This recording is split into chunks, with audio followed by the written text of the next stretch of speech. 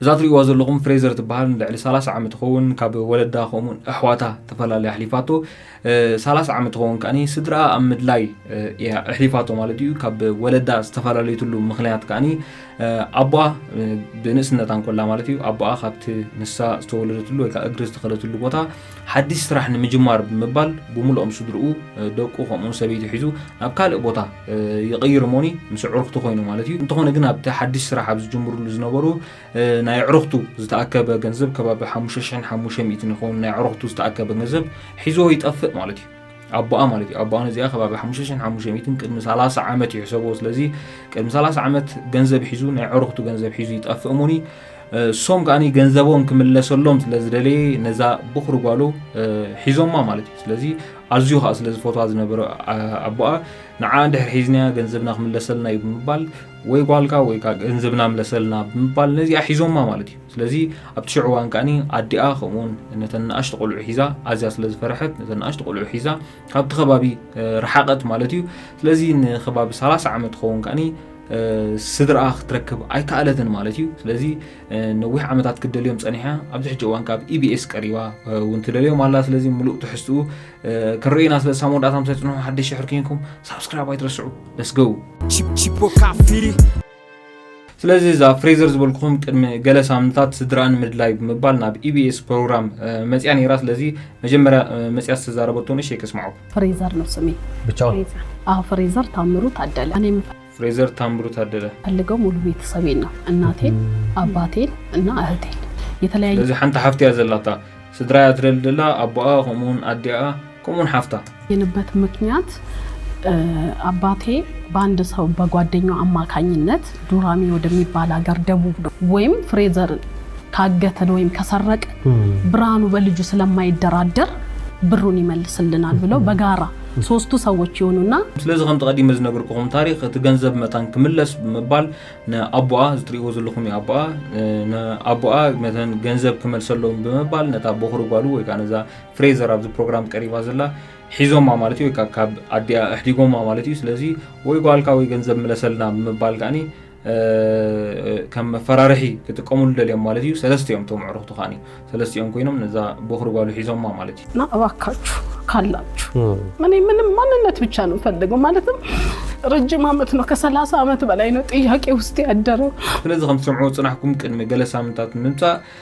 ከመይራ ከም ጠፈት ሽምና ያዲያ ሽማ አባ ምግላጽ ወለዳ ትደል ከም ዘላ ኣብዚ ፕሮግራም መጽያ ሓቢራ ማለት እዩ ድሕሪ ዝኻኒ ድሕሪ ገለ ሳምንታት ትማሊ ቀዳም ማለት እዩ ደጊማን ኣብዚ ፕሮግራም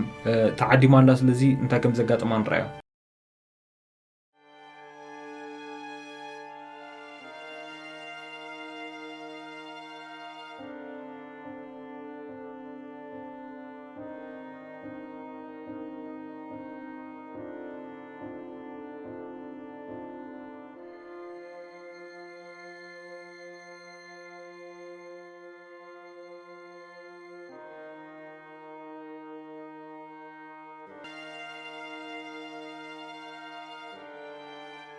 كم تريور لهم ساون سدرا خوينيا تمرعا دغل خوينيا مالتي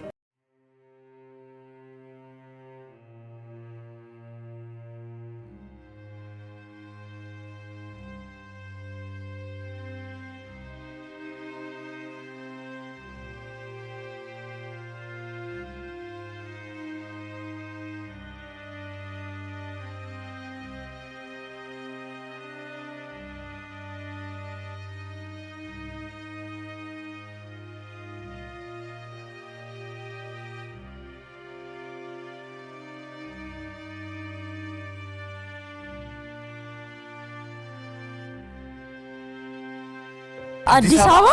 ወደ አዋሳ ልንደርስ በጣም ጥቂት መንገድ ነው የቀረነና ተዝኸም ትሪዎ ዘለኹም ደጊማ ምሰጽውዕት ናብ ሐዋሳ ከተማ ዝወስዱዋ ዘለው ማለት እዩ ስለዚህ እንታይ ከም ዘጋጠማ እንድራ እስቲ አሁን ልብሽ ምን ይነግርሻል ያው የሚሆነው ነገር አናውቅም ግን ልብሽ ምን ይነግርሻል ምናልባት ልብህ እንታይ ብለኪያት ብለላ ወይ ክታኮይኒ ስማዓኪያት ብለላ እናት ያለች ብዬ አልገምትም ለምን አደይ ቢወት አላይ አይገምትኛት ብዘላ ብዙ ጊዜ እናቶች የሚሞቱት በሐዘን ነው ከልጅ መለየት ከባድ ነው እናቴ ደግሞ ቀጥታ እኔ ማለትም ፍሬዘር ማለት ስትገደል ከማይ ብላ ነው የጠፋችው ምናልባት ሐዘን ገለዋታል بسجت قالواتال بيه نماسبو ስለዚህ አደይ በህይወት ክትህሉ ኢላ አይጽበይኒ ምክንያቱ መብዛሕቲና አዴታት በሐዘን ዝሞታ አደይውን በትሽዑ ዝነበረ ሐዘን ሞይታ ክትኮን ትኸልያ ምክንያቱ ትሽዑዋን ክትቀተል ያይሎም የፈራረሕዋ ስለዝነበሩ ፍሬዘር ክትሞት ያው ክትቀተል ያይሎም ነቲ ገንዘብ ደለም የፈራረሕዋ ስለዝነበሩ በሐዘን ሞይታ ያትኾን ዝብል የትብልላ ግን ምናልባት እህት ወንድም ሊኖረኝ ይችላል የሚል ሐሳብ አለ ምናልባት ግን ሐው ወይ ሐፍት ኸልወን ንኽእል ያትብልላ ኦሬዲ ሐፍት ከም ዘላታው እንትፈልጥ ያልፍበትን ዘመን በጣም ነው በብቸኝነት በቤተሰብ በህይወቴ ከብዶኝ የሚያቀው ጣዕሚ ከቢድክ ዝፈልጥ ኣብ ህይወትኪ ኣብ ጉዕዞ ህይወት በጣም ከቢድክ ዝፈልጥ ዋናት አሎሪ ብላ ዘሎ ዮኒዬ ባንድ ወቅት አረብ ሀገር ሄድኩ ሳውዲ ማለት ነው ሱዑድ ዓረብ ከይዳ ነራ ስለዚህ ሓደ ዋን ሱዑድ ዓረብ ከይዳ ነራ ትብላላ ሳውዲ ሄድኩኝና ያን የሚሄድኩ ተገድጄ ነው በመሃል ወረቀት የሌለ ሰው ምናምን ተያዘ ማለት ነው ሲያዝ እኔ ከሱቅ ተያዝኩ ከሱፐር ማርኬት ተያዝኩ እና ስለዚህ ወረቀት ዘይብሉ ኣብ ሱዑድ ዓረብ መስከለት ወረቀት ዘይብሎም ሰባት ይተሓዙ ነይሮም ኣነ ብግዴታ ይኸይድ ትብላላ ሱዑድ ዓረብ ስለዚህ ኣብ ወረቀት ዘይብሎም ይተሓዙ ነይሮም ኣነ ካብ ሱፐር ማርኬት تسرح نيرا مالتي ስለዚህ ከሱፐር ማርኬት ተታሂዘ ትብላላ ምን አዘንኩ በጣም ከሚገርም ገጠር ያሉ ሰዎች ስልክ እየተደወለላቸው ሲፈልጉ እኔን የሚፈልግኝ ሰው አጣሁ እና ስለዚህ ሁሉ ሰብ አብትሽዑዋን አብቱ ቦታ አብትስተአሰሩ ማለት ወይ ተታሂዙ ሁሉ ሰብ ወላ ካብ ገጠር ሰብ ደዊሉ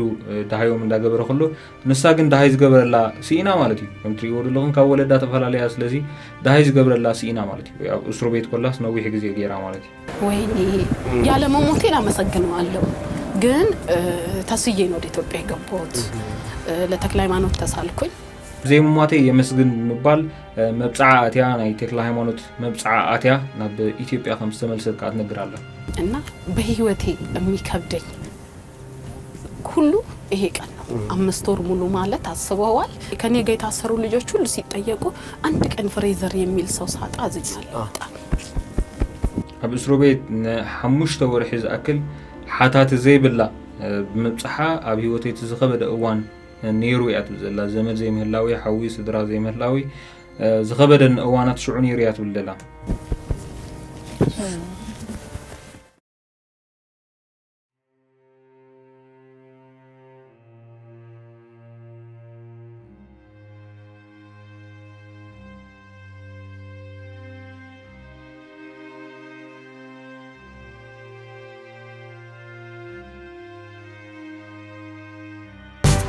በጣም እየተጨነኩኝ ነበር መናገር ራሱ እንትን ይያለኝ እኔ የምፈልገው ፍሬዘር ብርሃኑ ልጅ ዚያዲያ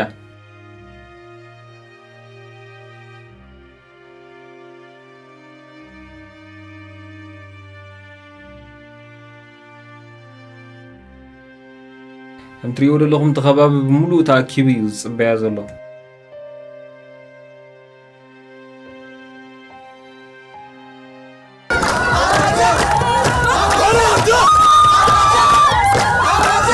سئلا غيروم تريور لغما بإبيس وصدو سئلا غيروم مولو تغزاوتي يصبيا زلو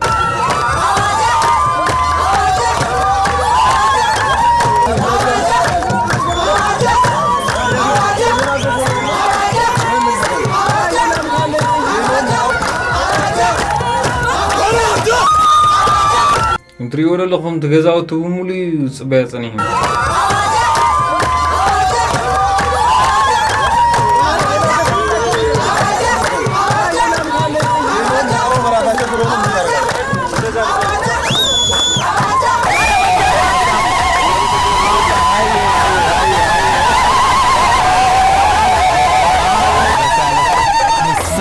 Sei.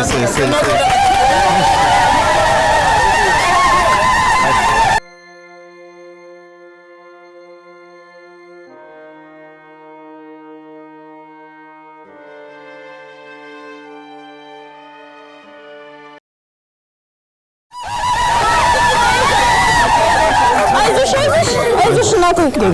አይዞሽ ወደ አዳ እናቴ አይዞሽ አይዞሽ አይዞሽ አይዞሽ አይዞሽ እናቴ ፍሬዘር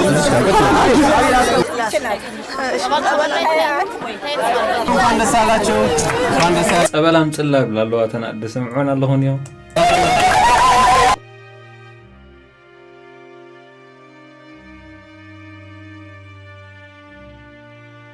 ከዚህ ሁሉ አመት በኋላ እንግዲህ ወይዘሮ ሾባዬ ልጅ ማርጋ ስለናቷ ገልጻለችና ፍሬዘር በደንብ ያቸው እናትሽንና እንኳን ደስ ያላችሁ በድጋሚ ስለተገናኛችሁ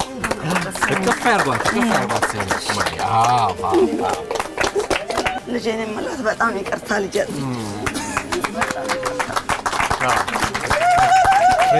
በጣም መግሬት ያት ብላ አይደለ ፍሬዘር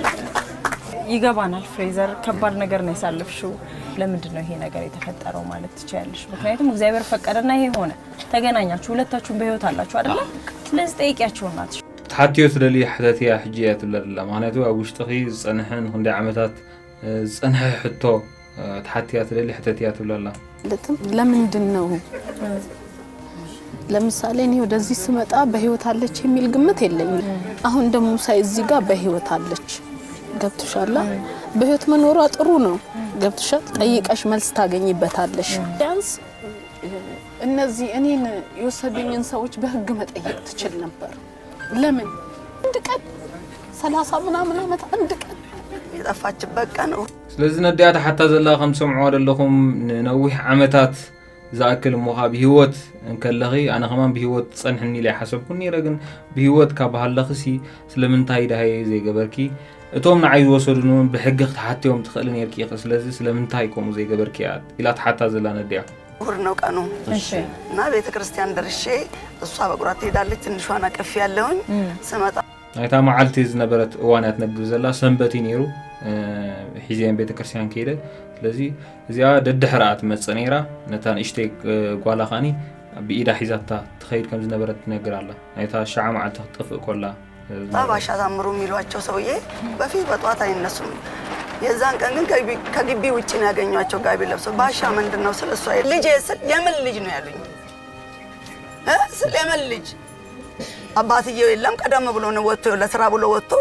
በመክንያቱም እንደሄደ ማላቅም በዛ ወጥቶ ነው የቀረው ስለዚህ ናይ ሽዑ ማዓልቲ ምናልባት ብሕጥር ዝበለ ሕልፍ ከብሎ ጸኒሕ ስለዚህ ብሕጥር ዝበለ ናይ ሽዑ ማዓልቲ ካብ ቤተ ክርስቲያን እንዳተመልሰት ኮላ እቶም ዓርኩ በዓል ቤታ ማለት እዩ ኣብ ኣፍ ደገ ረኺቦምና ብተቃገዞም ኣፍ ደገ ረኺቦምና ንጎ ከማን ተሲኦም አይፈልጡን ግን ኣፍ ደገ ገዛ ረኺቦምና ሰላም ኢሎም ሓሊፈ دحر كرسي سريحم سود أخو زاقوالي زابخرا مالتي أبجزاي سنحتان تلزي كتصو عيلان دق وتصم زبلت قوالي دير يخم زبلتهم توم سبعي مالتي عركي بعلبيتا حزوم ما خيدهم مبال نجيرهم ما مالتي تلزي مسوم يازلا مبال كاني سوقيلا مالتي دحريو قرب تتصنحت رفيدو مالتي از رفيدو دحريو صنيحه خاني قوالا خدلي وصيا خيداناتهم سبعي مالتي قوالي كي مبال حاتيتاتهم نايمن قواليا مبال كامليسوم لا مالتي خمزي رايوا خمزي فلطوا مليسوم لا مالتي حرزي كاب تاشع معلتي طفيا خاني كم زي ترخبت يا تنجر زلا سلازي زقول عزي مستفاد شعو معلتي ندا بوليس كيدا غزاوت مولኦም مچين كبصحوا غوالا طفيا تباهيلو مالتي كله تخباب مولو فليطو مالتي غوالا خمستفاد سلازي امدلا يا زلا مالتي دحرزي كن دحر وحدات معلتات كاني بتحتي اب كانشولا مالتي بتحتي ورقه دبداب خمصا جميرو مالتي غوالكي حرارينا خنمصلكينا ويكا كنقتلاينا اب افتك غزخون قتيلنا خندربياينا نعخون اي نغل فكنينا بمبال بزح دبداب بترغاغامي دبداب كمصا جميرو مالتي ምን ነበር ምክንያቱም ምን እንደሆነ እሱ ቀደም ብሎ ነው ሄደው ምክንያቱም እንደ ለስራ ብሎ ነው ወጥቶ ሄደው ምንም አይነት ፍንጭ አጣውኝ ይችልልኝ እያለቀስኩ ምን እያልኩ ይሄን ሁሉ ዘመን እየተቃጠልኩኝ እቃውን ጭኜ ተነስቼ ስመጣ ምንም ነገር እቃ የሚባል ነገር ከቤት አላነሳውኝም ህፃናና የሆነ ልብስ ምናምን ተነሳውና ወደ እናቴ ወደ አሳደገች ገባሁኝ ወደ ቤት ስለዚህ ነው ወይ ዋና ደላታ ፖሊስ አመልኪታ ትخدገብሮ ትخل ሙሉ ተጠርጣረ ዝነበራት ሽዕዋን ሙሉ ክትገብሮ ትخل ሙሉ ምስገበረት ካኒ ኣብ ገዛ ዝነበረ ንብረቱን ወልሓንቲ ኸይል ዓለት ክዳውንቲ ናይ ናሽቱ ደቀ ክዳውንቲ ጥራይ ሒዛ ናብ ኣዲኣ መጽያ ማለት ናብ ኣዲኣ መጽያ ትብላላዊ ገና ብዙ ሕጂ ዘላቶ ቦታ ብር የፍሬዘር አባት እንዲመልስ ተደርጎ ያንን ብር እንድታመጡ የሚል ነገር መሃል ላይ እንዳለ ሰምተናል ምንም ነገር ከፍሬዘር አባት ስለዚህ ብዛዕባት ገንዘብ አቦአሲ ገንዘብ ሒዙ ከምትጠፈ ዝብል ነገር ወልሓደ ከምዘይ ሰማዓት በዓል ቤታውን ስቂሉ ከም ዝጠፈያ ትነግር ዘላ ዛደ ማለት እዩ በዓል ቤታ ስቂሉ ጠፊኡ ብዛዕባት ገንዘብ ይወዲ አይወድን ዝብል ነገር ግን ወልሓንተ ከምዘይ ሰማዓት ያ ትነግር ዘላ ዛደ ከዛ በኋላ አልተገናኛችሁም በዛው ነው የተለያያችሁት እንደወጣ ነው የቀረው በቃ እሱ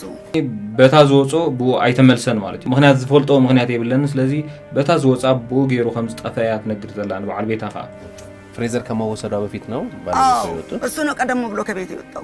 ዘመዳዝ ቅድም ጓሉ ማለት እዩ ጠፊዩ ቅድም ጓሉ ንሱ ጠፊዩ ድሕሪኡ ካ ንሳ ልጄን ከፊቴ ላይ አሳየኝ ብዬ ለእግዚአብሔር ሁሉ ጊዜ ይሄንን ነው የምነግረው እሷ ደክሞኛል ብላለች እኔ ግን ከሷ በላይ ነው የደከምኩት እንጂ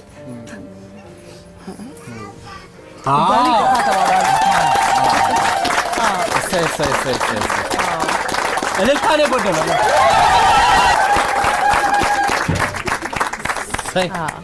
ደስ ዝብል እዩ ምርኻብን ደስ ዝብል እዩ እቕረም ባህልን ደስ ዝብል እዩ እቲ ዘሎ ካልእ ታሪኽ ወይ ከዓ ነቲ ገበን ዝገበሩ ነዞም ስድራ እዚኦም ዝበደሉ ብሕጊ እንድሕር ተታሒዘን ክልቲአን ተራድአን ክተሓዙ ንኽእሉ እዮም ስቲል ማለት እዩ ስለዚ ብጣዕሚ ዝገርም ታሪኽ እዩ ማለት እዩ ስለዚ ጋይስ ሎማዓን ዝበልናዮ ቪድዮ ዝመስል ነይሩ ሓድሽ ሕርኪንኩም ሳብስክራይብ ኣይትረስዑ ክሳብ ኔክስት መደብ ንረኸብ ፒስ